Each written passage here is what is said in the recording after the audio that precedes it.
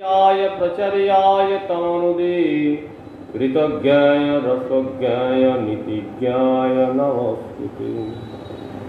सत्यम शिवकत्यम मानदत्यम वाग्मिने शान्तदान्ताय खन्ताय महन्ताय नमो नमः।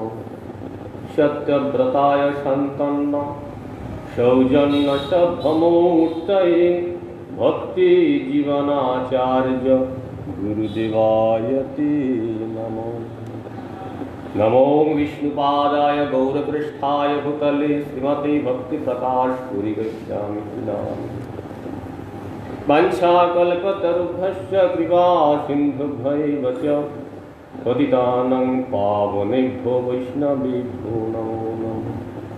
नमो महवदन्नाय कृष्णप्रेमप्रदायते कृष्णाय कृष्णचैतन्यनाम्ने गौरहरे दिव्यद्वृन्दारण्यकल्पद्रुमाधस्मद्रत्नागार सिंहासनस्थौ श्री श्री राधाकुलगोविन्ददेव पृष्ठालिभिषेभवान् वृन्दावै तुलसीप्रिया वै केशवस्य च विष्णुभक्तिप्रविदेवी शब्दवत्यै नमो नमः। श्रीकृष्ण चैतन्य प्रभु नित्यानंद श्री अद्वैत गदाधर श्रीवासादि हरे कृष्ण कृष्ण कृष्ण हरे हरे हरे राम राम राम हरे। नमस्ते नरसिंहाय प्रह्लादवरदायिने हिरण्यकशिपुरवक्षशिलाकंठनस्थालये नारायणं नमस्कृत्य नरं चैव नरोत्तमं देवीं सरस्वतीं व्यासं ततो जयमुदीरये। आज मुझे गुरुपाद पद्म विष्णुपाद अष्टोत्तर शतश्री श्रीमद् भक्ति प्रकाश पुरी श्री गुरुपाद पद में शुभ आविर्भक्ति महामहोत्सव। शास्त्रे गुरुतत्व गुरु महिमा सम्बन्धे प्रचुर कीर्तन करा हয়েছে, प्रचुर वर्णना हয়েছে। चैतन्य चरितामृत वैष्णव जगते तथा समग्र सनातन शास्त्रे যত গ্রন্থ আছে তার টপ মোস্ট হলো চৈতন্য চরিতামৃত। নিগমকল্পতরুর গলিতং ফলম হলেন শ্রীমদ্ ভাগবতম। ভাগবতের যে চরম কথা সেটা হলো চৈতন্য চরিতামৃত। চৈতন্য চরিতামৃতের প্রথম শব্দ বন্দে গুরুন। এই যে চৈতন্য চরিতামৃত শুরু হয়েছে,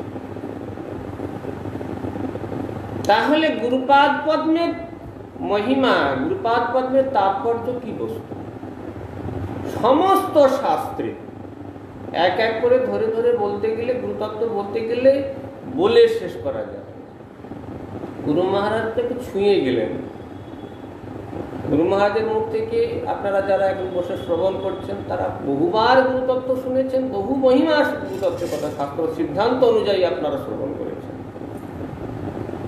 আমি শুধু বলতে চাই এইটুকু কথা যে গুরুদেবের যে পরিমাণ করুণা, যে পরিমাণ শিষ্যকে শাসন করে যোগ্যতা দেওয়ার জন্য গুরুদেবের যে ভূমিকা, সে ভূমিকা স্বয়ং ভগবানের নেই। স্বয়ং ভগবান সেটা করেন না, স্বয়ং কৃষ্ণও নিজে করবেন না। গুরু রূপে কৃষ্ণ কৃপা করেন ভক্তজন।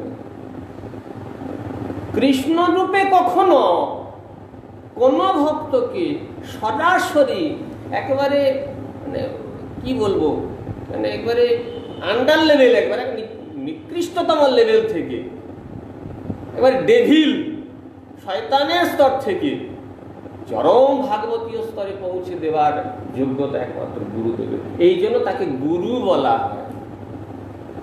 গুরু শব্দে ভারী, সবচেয়ে ভারী বস্তু যেটা।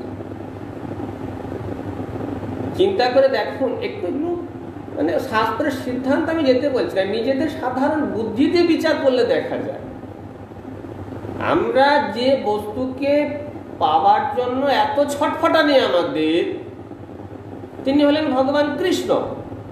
অখিল বিশ্ব ব্রহ্মাণ্ডের বস্তু তো একটাই, বাকি সব অবস্তু।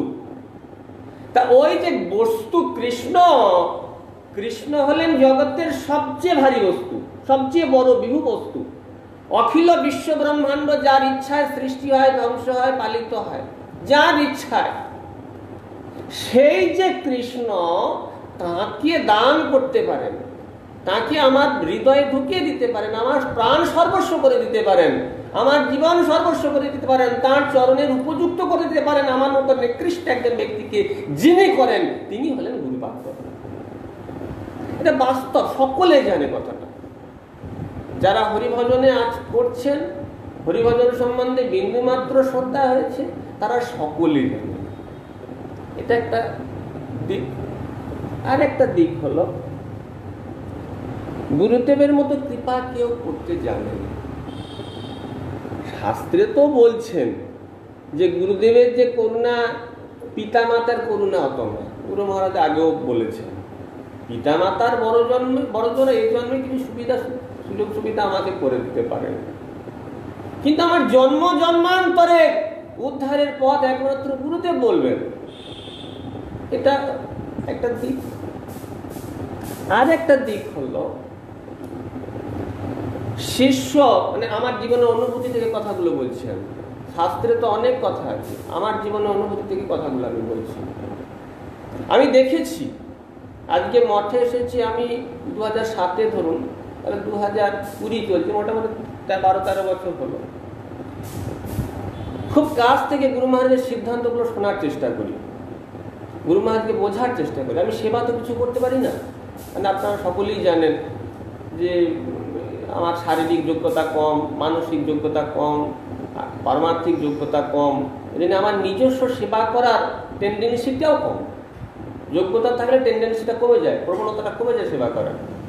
কিন্তু ওই গুরু মহারাজের কাছে এই গুরু মহারাজের সিদ্ধান্তগুলো জানার চেষ্টা করি।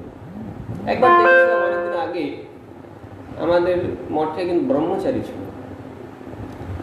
গুরুদেব যদি পূব দিকে হাঁটে, সে তো পশ্চিম মুখে হাঁটে। গুরুদেব যদি বলেন এইটা ঠিক, ও বলবেন না এইটা ঠিক না, ওইটা ঠিক। একদিন গুরু মহারাজ বলছেন, জানো আমার সামনে, চোখের সামনে, আমি কারোর শোনা কথা বলছি না, আমার চোখের সামনে ঘটনা আমি বলছি, জানো আমাদের যে বিষয় ভোগের যে ব্যাপারটা, এইগুলো আমাদের সঙ্গে দেবতাদের কিন্তু এক নয়। তাদের বিষয় ভোগ অন্যরকম, আরো সূক্ষ্মাতি সূক্ষ্ম। যেমন এ জগতেও যারা বিষয় ভোগ করে, এটা মাতাল যেভাবে বিষয় ভোগ করে, ওই বিষয়টাই একজন জ্ঞানী ব্যক্তি আরো স্ট্যান্ডার্ড রূপে ভোগ করে। ঠিক সেই রকম এখানে আমাদের বিষয় ভোগ অপেক্ষা দেবতাদের বিষয় ভোগটা আরো উৎকৃষ্ট। ঋষিদের বিষয় ভোগটা আমাদের মতো নয়। তাহলে আমাদের বিষয় ভোগের সঙ্গে দেবতাদের, ঋষিদের বিষয় ভোগের যদি তুলনা না হয়, তাহলে কৃষ্ণের সঙ্গে ব্রজগোপীদের যে বিলাস, তার কি করে তুলনা হয়? গুরু মহারাজ অনেক বোঝানোর চেষ্টা করলেন, শেষে সে কি বলল, আপনি যাবো, আপনার কথা আমি মানতে পারলাম না। এইরকম শিষ্য গুরুদেবের হয়, এইরকম শিষ্য জটিল। আপনার কথা মানতে পারলাম না বলে গুরু মহারাজের ঘর থেকে বেরিয়ে গিয়ে ড্যাক করে গিয়ে ভাগবতটা খুলে বসলো, নিজের ভাগবত খুলে জ্ঞান অর্জন করবে। এইরকম শিষ্য বহু রকম নানা রকম সমস্যা তাকে নিয়ে হতো। গুরু মহারাজ একদিন হাসতে হাসতে বলতেন, হে ভগবান, তুমি কত রকম জন্তুই তৈরি করেছো। তা এইরকম শিষ্য, তথাপি যখন গুরু মহারাজকে বলা হলো যে গুরু মহারাজ এইরকম ব্যক্তিগুলোকে আপনি রাখছেন কেন, মঠে রেখেছেন কেন, গুরু মহারাজ বললেন যে দেখো, আমি যদি উপেক্ষা করি, গুরু মহারাজের কথা, আমি যদি উপেক্ষা করি, ও কি করবে? স্বয়ং ভগবান তো উপেক্ষা করবেন। চিন্তা করুন, আমি শুধু এইটুকু বলার জন্য এতগুলি কথা বললাম। গুরুদেব এত, সে গুরুদেবের কথা শোনে না, গুরু বিমুখ, গুরুদেবের 180 ডিগ্রি উল্টো রাস্তায় হাঁটে, তথাপি গুরুদেব তার মঙ্গল চাইছে, যে আমি যদি একে বের করে দিই, আমি যদি এর অমঙ্গল চিন্তা করি, বিশ্ব ব্রহ্মাণ্ডে কারো ক্ষমতা নেই তাকে রক্ষা করা। এই হলো গুরুপাদ পদ্ম। যারা মঠে আছেন, গুরুদেবের সঙ্গে আছেন, তারা জানেন। যারা গুরুদেবের কাছাকাছি এসেছেন, আজকে আমি গ্রুপে বলেও ছিলাম, যারা গুরুদেবের সঙ্গে আছেন, আপনারা ভালো করে জানেন গুরুদেব কি বস্তু, গুরুদেবের করুণা। প্রত্যেকেরই নিশ্চয়ই কিছু না কিছু অনুভূতি আছে, এটা আমার অনুভূতি থেকে আমি, প্রত্যেকেই অনুভূতিটা নিশ্চয়ই জানবেন। আর আমার বিষয়ে আমি তো কথায় কথায় বলি, কথায় কথায় বলি, দেবাশিসবাবু ফোন করে, দেশান্দা থেকে ফোন করে, এসে এখানে ওখানে বলে।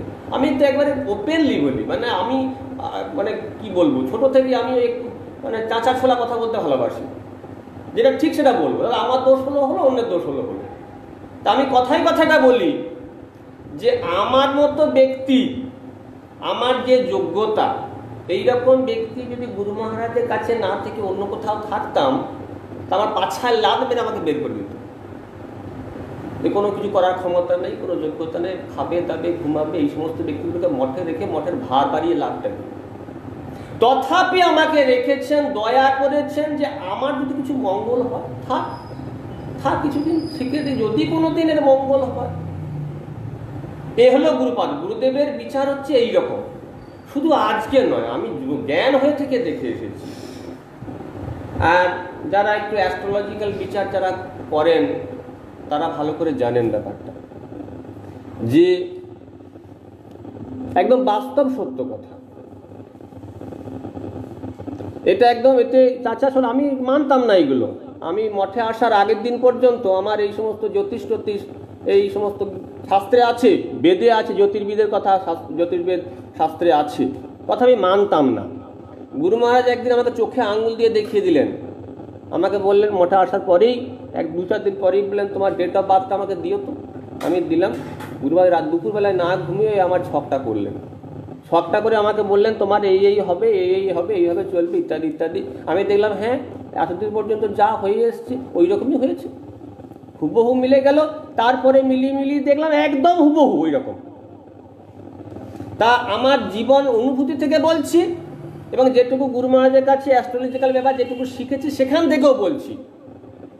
আমার জীবনে বহু ভাগ্য বিপর্যয় ঘটেছে। যতবার আমি এগোবার চেষ্টা করেছি ততবার আমাকে পিছলে যেতে হয়েছে। ভাগ্য বিড়ম্বনা আমার পদে পদে, প্রতিনিয়ত আমার ভাগ্য বিপর্যয়, প্রতিনিয়ত কিছু করতে গেছি আমাকে বিধ্বস্ত হতে হয়েছে। মঠে আসার পরেও হয়েছে, মঠে আসার আগেও হয়েছে। এ মতামতে একমাত্র আমি রক্ষাকর্তা দেখেছি গুরুদেব। যখন গুরু মহারাজের কাছে গেছি বল পেয়েছি, গুরু মহারাজের রুমে ঢুকলেই যেন একটা কিছু বল আসে। আমি আমার অনুভূতি বলছি। আমি মঠে আছি, মঠে শ্রী বিগ্রহ আছেন, স্বয়ং সাক্ষাৎ ভগবান। আমি জানি ভগবান শাস্ত্রে শ্রী বিগ্রহের সঙ্গে ভগবানের কোনো পার্থক্য নেই, শাস্ত্রে বলা আছে, আমিও জানি, বুঝি, শুনেছি বহু কথা। তথাপি ভগবানের কাছে এলে যতটা না বল পাই, গুরু মহারাজের কাছে গেলে যেন বেশি বল পাই। প্রথমেই বললাম গুরু রূপে কৃষ্ণ কৃপা করেন ভক্তজনকে। গুরুদেব হলেন কৃপার চরম মূর্তি, মানে কৃপার যদি কোনো সীমা পার করে দেওয়া যায় সেটা হলেন গুরুদেব। এই জন্য গুরুদেবের আবির্ভাব তিথিটা আমার কাছে একটু অন্যরকম লাগে আমার অনুভূতি থেকে। আমার অন্যান্য আবির্ভাব তিথি, তিরুভাব তিথি, এটা ওটাই নানা রকম উৎসবাদি থেকে এই দিনটা, আর এই দিনে আমাকে যদি কিছু বলতে বলে আমার একটু গুলিয়ে যায়, আমি ঠিক গুছিয়ে বলতে পারি না, একটা আবেগ কাজ করে আমার কাছে। এই জন্য মানে আমার জীবনে আমি দেখেছি তো, আর অ্যাস্ট্রোলজিক্যাল ব্যাপার যেটা বলছিলাম সেখানেও আমি দেখেছি আমার গ্রহগুলো এমনভাবে সাজানো আছে, ভাগ্য বিপর্যয়ে দুষ্ট গ্রহগুলো আমাকে বারবার পীড়িত করছে, আমার শরীর বিধ্বস্ত করছে। লগ্নপতি সে 6ষ্ঠ স্থানে, শত্রু স্থানে চলে গেছে, মন দ্বাদশে চলে গেছে, হ্যাঁ, ভাগ্যস্থানে সেখানে বিপর্যয় রয়েছে। কিন্তু 2টি গ্রহ আমাকে, বৃহস্পতি আর শুক্র, দেবগুরু আর দৈত্যগুরু। শুক্র আছে 10মে আর দেবগুরু বৃহস্পতি আছে 4র্থে। গুরুদেব আমার চুলের মুঠি ধরে রেখে দিয়েছেন। গুরুদেব যদি আমার চুলের মুঠি ধরে না রাখতেন, আমি এতদিন নরকে গিয়ে পচে আমার পোকা হয়ে যেত শরীর। আমার জীবনটা আমার থেকে বেশি কেউ জানে না, আমি জানি। আমার চিন্তা ভাবনা, আমার আদর্শ, আমার চলাফেরা, আমার অতীত, আমার বর্তমান, আমার সমস্ত কিছু আমি জানি। এই জন্য আমি বারবার বলি যে আমার জীবনে গুরুদেব ছাড়া অন্য কারোর ভূমিকা আমি সেই রকম দেখতে পাই না, স্বয়ং ভগবানেরও না। এটা হয়তো বড় কথা বলা হয়ে যাবে, কিন্তু বাস্তব সত্যি কথা, যেটা সত্যি সেটা আমি বলছি। ভগবান কৃষ্ণরূপে আমাকে কতটা কৃপা করেছেন, গৌর সুন্দর রূপে কতটা কৃপা করেছেন আমি জানি না, কিন্তু গুরু রূপে তিনি আমাকে কৃপা করেছেন আমি এটা একবার মানে 100 বুঝি। এই জন্য আমার কাছে মহাপ্রভু অপেক্ষা নিত্যানন্দের মহিমাটা বেশি ভালো লাগে। নিত্যানন্দ তো গুরু, আমার গুরুদেব তো সেই নিত্যানন্দই, সেই নিত্যানন্দই গুরুরূপে আমার কাছে এসেছেন। এই জন্য মহাপ্রভু অপেক্ষা নিত্যানন্দের মহিমাটা, আমি কোনো কিছু লিখলে আগে জয় নিতাই লিখি, নিত্যানন্দটা যেন আমার কাছে বেশি প্রিয়, আমার জীবনের প্রাপ্তিটা আমি দেখেছি। এই জন্য গুরুতত্ত্ব বা গুরুদেবের কৃপা সম্বন্ধে ঠিক পর্যাপ্ত বলা যায় না, যতটা বলবো ততটা যেন সে মানে কম বলা হচ্ছে। হ্যাঁ, আমি আমার জীবনে আজকে অনেক অনেক ফোন টোন করেছিল, অনেকে কথা বলছিলাম, আমি যত সময় কথা বলেছি মানে গুরু আমার আমি ছোট করে একটু বলে দিই। আজকে আমার গুরুপাদ পদ্ম বিষ্ণুপাদ অষ্টতর শিষ্য ভক্তি প্রকাশ পুরী গোস্বামী মহারাজের শুভ আবির্ভাব তিথি। সংক্ষেপে তার সম্বন্ধে তার সঙ্গে আমার সম্পর্কের কথাটা ছোট করে একটু বলি। হ্যাঁ, 1988 সালে আমি তাকে প্রথম দর্শন করি। তখন আমার বয়স হলো 11.5 বছর। রথের দিনে তিনি আসবেন আমাদের গ্রামেতে। তখনকার দিনে এই মোরাম রাস্তা, পিচ রাস্তা, ঢালাই রাস্তা কিছু ছিল না, একদম কাঁচা রাস্তা। আর বর্ষাকাল, তখন হেঁটে হেঁটে আসা যাবে না। প্রতি বছর আমাদের বাড়িতে রথের দিনে উৎসব হতো, গোটা গ্রামের লোক প্রসাদ পেত, আর সকাল থেকে নাম সংকীর্তন হতো উদয় অস্ত। তা আমার দাদু বলতে অশ্বিনী কুমার দাস, বৈষ্ণব তাকে বলে, যদি বলে একজন গৃহস্থ বৈষ্ণবের উদাহরণ দাও, বলতে আমার চোখের সামনে আগে ওই অশ্বিনী কুমার দাসের ছবিটা ফুটে ওঠে। তা সেই দাদু আমার গুরুদেবকে 88 সালে প্রথম নিয়ে যান, প্রথম দেখি। তা আমার 88 সালে কোনো অভিজ্ঞতা নেই। 88 সালে শুধু এইটুকুই মনে আছে, 88 সালে গুরুদেব আসবেন, আমি ওই রাস্তায় কাদা হয়ে গেছে, গাড়ির চাকা পুরো গোটা গাড়ির চাকাটা ঢুকে যাবে। আমরা কি করছি, বড় বড় বোঝা করে, খড়ের বোঝা, বড় বড় বোঝা ওই কাদার উপরে ঢোকাচ্ছি, যাতে চাকাগুলো যাতে পেরিয়ে চলে আসে। ওইটুকু মনে আছে 88 সালে গুরুদেব আসবেন। আর যাওয়ার দিনটা, যেদিন যাবেন সবাই প্রণাম করতে গেছে, আমি কি চেয়ারে বসে আছেন, এবারে বেরোবেন, আমি প্রণাম করছি, ওইটুকু মনে আছে, তার বেশি কিছু মনে নেই। তার পরের বছর পুনরায় এসেছিলেন আমাদের বাড়িতে। তখন আমার দাদু ঠাকুমা দীক্ষা নেবে, তিলক করছে, দীক্ষা নেবে ইত্যাদি ইত্যাদি। আমি কোথায় ছিলাম, ছুটতে এসে বললাম, কি হচ্ছে, এরা কি করবে? না, দীক্ষা নেবে। আমিও দীক্ষা নেব। তখন আমার বয়স 1 বছর পেরিয়েছে, মানে 12.5 বছর হয়েছে। দীক্ষা নেবো? তুই কি দীক্ষা নিবি? দীক্ষা নিতে গেলে নিরামিষ খেতে হবে, খাবো। একাদশী করতে হয়, করবো। বাচ্চা ছেলের যা জিদ। তা এই করতে সে আমি গো ছাড়বো না, আর এইরকম বাড়ির বাবা মা বিপদে পড়েছে। মা এখন গিয়ে গুরুদেবকে চুপি বলেছেন যে মহারাজ একটু মিছিমিছি কিছু একটা দিয়ে দিন, ওকে কিছু একটা মিছিমিছি দিয়ে দিন, যাতে ওর মনটা ভোলে। হ্যাঁ, গুরুদেব বলে ঠিক আছে, তাই হবে। আমি সেজে গুজে গেলাম, গলায় নতুন মালা করলাম, তিলক করে দিল। ওই দেচাঁদরা যে সমস্ত ওই নিমাইদা ফটিকদা এরা সব ছিল, তিলক করে দিল। একটা দাদুর একটা সে সুন্দর একটা কাপড় ছিল, সেটা বাচ্চাদের সেই ওই কী কাপড়, সিল্কের কাপড়, কী কাপড় বলে ওটা, ওই কাপড় ছিল আর কি। হ্যাঁ, ওই কাপড় পরলাম, গায়ে একটা ওড়না নিলাম। পরবর্তীকালে গুরুদেবের মুখে শুনেছি, গুরুদেব বলছেন তোমার মা আমাকে এরকম বললো যে মিছিমিছি দিয়ে দিন, কিন্তু তুমি যখন তিলক করে এই বাচ্চা ছেলে যখন ঘরে ঢুকলে, তোমাকে দেখিয়ে আমি সব ভুলে গেলাম, যে মিছিমিছি দেওয়ার কথাটা ভুলে গেছি। হ্যাঁ, ওই ব্যাস আমার ওইটুকু, আমার যোগ্যতা আছে ওইটুকু, ওই গেছি একটু মন। তারপর থেকেই আর শুরু হয়েছে আমার রাহুর দশা। দীর্ঘদিন আমার ছাত্র জীবন, আমার অধ্যাত্ম জীবন একদম নাজেহাল করে ছেড়েছে আমাকে। কিন্তু গুরুদেব আমার চুলের মুঠি ধরে রেখে দিয়েছেন কতবার। শেষে গুরুদেব বিরক্ত হয়ে বলতেন, খেপা ও চান্দু একটা খেপা, ওর মাথার ঠিক নেই। হ্যাঁ, এইরকম। কিন্তু গুরুদেব চেয়েছিলেন যে ছেলেটি সাধু হোক, কোনোরকম চেয়েছিলেন তিনি, এই ছেলেটি সাধু হোক। বাবা তো 2টো ছেলে আছে, ছেলেটা একটু লেখাপড়া করে, লেখাপড়া জানে, একটু সাধু হলে ভালো হয়, চেয়েছিলেন। ওই গুরুদেবের চাওয়াতে আজকে আমি মঠে আসার জন্য ইচ্ছা করেছি। যখন এসেছি, ঘর ছাড়বো করছি ঘর, তখন গুরুদেব অপ্রকট হয়ে গেছেন। এখন গুরুদেব ইচ্ছা করেছেন সাধু হতে হবে, আমার তো কিছু যোগ্যতা নেই। গুরু মহারাজের কাছে এলাম, গুরু মহারাজ কী করবো? আমি তো জানি আমার কি কোয়ালিটি, আমার থেকে ভালো কিছু জানি কেউ জানে না। তখন আমার উপরে গুরুদেবের, গুরু মহারাজের কৃপা দৃষ্টি শুরু হলো। ওই যে বললাম আমার গুরু ভাগ্য বড় ভালো, একদিকে বৃহস্পতি একদিকে শুক্র, বৃহস্পতি চতুর্থে।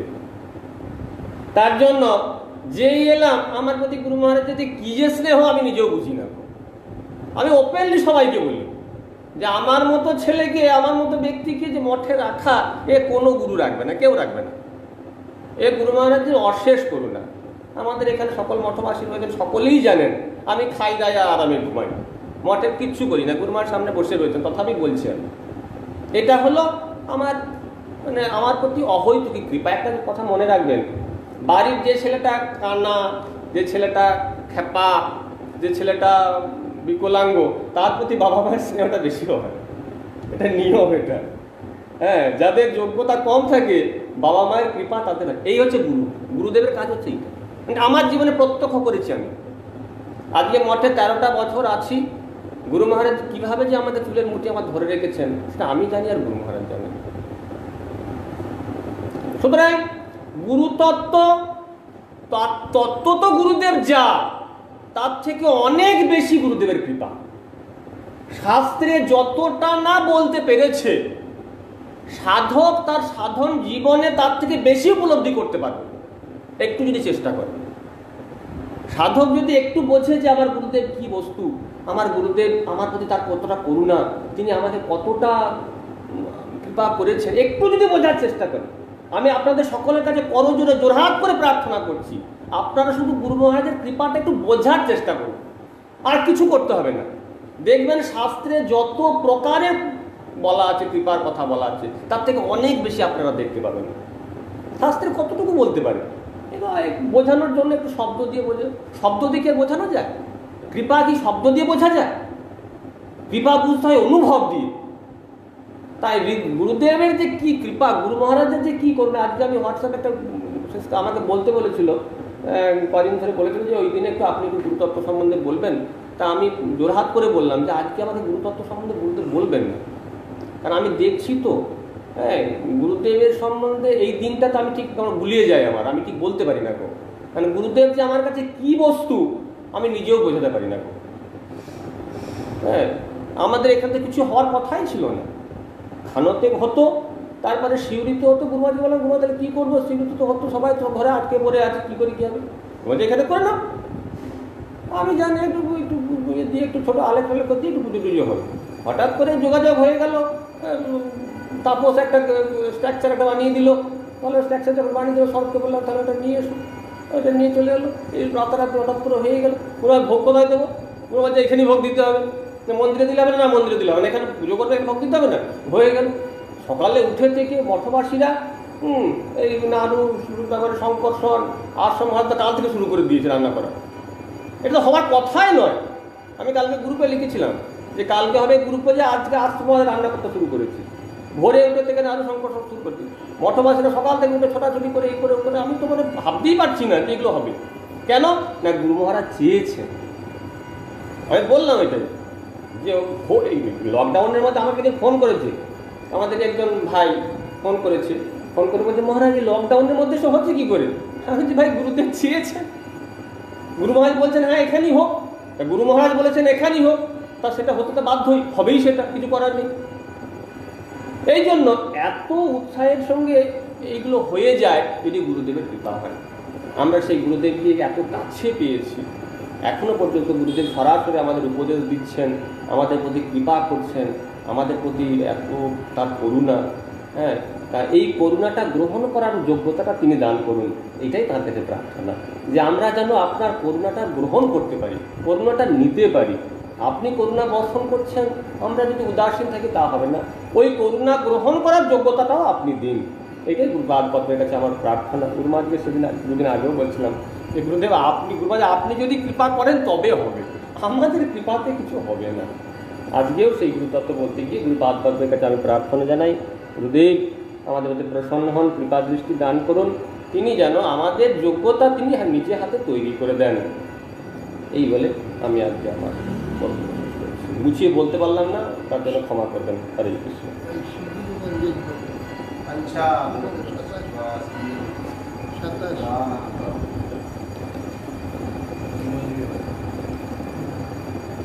আপনি করবেন করি নাই তো করবেন